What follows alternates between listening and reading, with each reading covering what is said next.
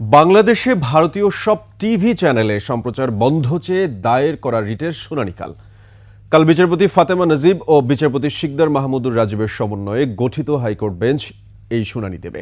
এদিকে বাংলাদেশ নিয়ে প্রোপাগান্ডা চালানোয় বাংলাদেশে ভারতীয় সব চ্যানেল বন্ধ করার দাবি জানিয়েছেন বিভিন্ন শ্রেণীপেশা ও দৃষ্টিভঙ্গির মানুষ। বিস্তারিত শাকির আরজুর রিপোর্টে। এবার থেকে শান্তি সেনা পাঠানোর দাবি উঠতেই তাহলে কি কোথাও একটা ভয়ে সিটিয়ে গেল বাংলাদেশ? এমন চটকদার সংবাদ প্রচার করে বাংলাদেশ নিয়ে অপপ্রচার চালাচ্ছে ভারতীয় গণমাধ্যম। ভারত ও বাংলাদেশ সীমান্তের বাংলাদেশে ভারতীয় গণমাধ্যমের জনপ্রিয়তা বহুদিনের। স্টার জলসা, স্টার প্লাস, জি বাংলা, রিপাবলিক বাংলা সহ সব টিভি চ্যানেল চলে পুরোদমে। যদিও ভারতে বাংলাদেশি চ্যানেল চালানোর ক্ষেত্রে আছে নানা বাধা।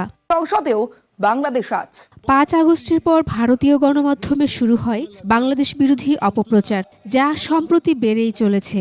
বিষয়টি এরই মধ্যে ঢাকায় অবস্থানরত বিদেশি কূটনীতিকদের কাছে জানিয়েছে অন্তর্বর্তী সরকার। এর প্রেক্ষিতে বাংলাদেশে ভারতীয় গণমাধ্যম বন্ধের দাবি উঠেছে গণপরিসরে। আমরা মনে করি যে 2005-06 অথবা 8-9 দিকে এই উদ্যোগটা নেওয়া দরকার ছিল। আগস্ট পরবর্তী ভারতীয় মিডিয়াগুলার যে প্রচারণাগুলো সেগুলোকে আমরা একপাক্ষিক দেখছি, যার সাথে সত্যের কোনো সম্পর্ক নাই। এই ধরনের ক্যাম্পেইন আমরা ভারতের সবচেয়ে ভালো মিডিয়া থেকে শুরু করে ভুঁইফোন মিডিয়ার সমস্ত জায়গায় একই ধরনের প্রচারণা দেখা যাচ্ছে।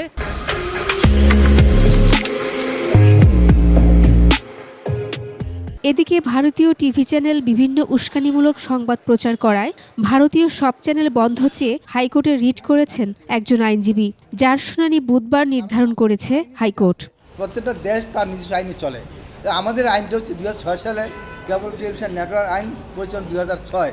সেই আইনের পরিপন্থী হইলে এটা করা যাবে না। আইনে আসছে যে যারা এটা করে 2006 সালে আইনে 19 ধারায় বলছে যে এটা সবগুলো চ্যানেল বন্ধ হবে। ভারতীয় চ্যানেল স্টার জলসা, স্টার প্লাস, জি বাংলা, রিপাবলিক বাংলা সহ সব টিভি চ্যানেলের সম্প্রচার বন্ধ চাওয়া হয়েছে। তাই উস্কানিমূলক বক্তব্যের কারণে আমাদের আইনজীবী চট্টগ্রাম নিহত হয়।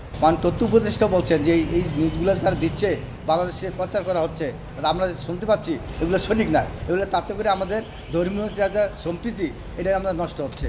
একই সঙ্গে ভারতীয় চ্যানেলে প্রচারিত অনুষ্ঠান বাংলাদেশের সংস্কৃতি ও মূল্যবোধ বিরোধীও হিসেবে উল্লেখ করা হয়েছে রিটে।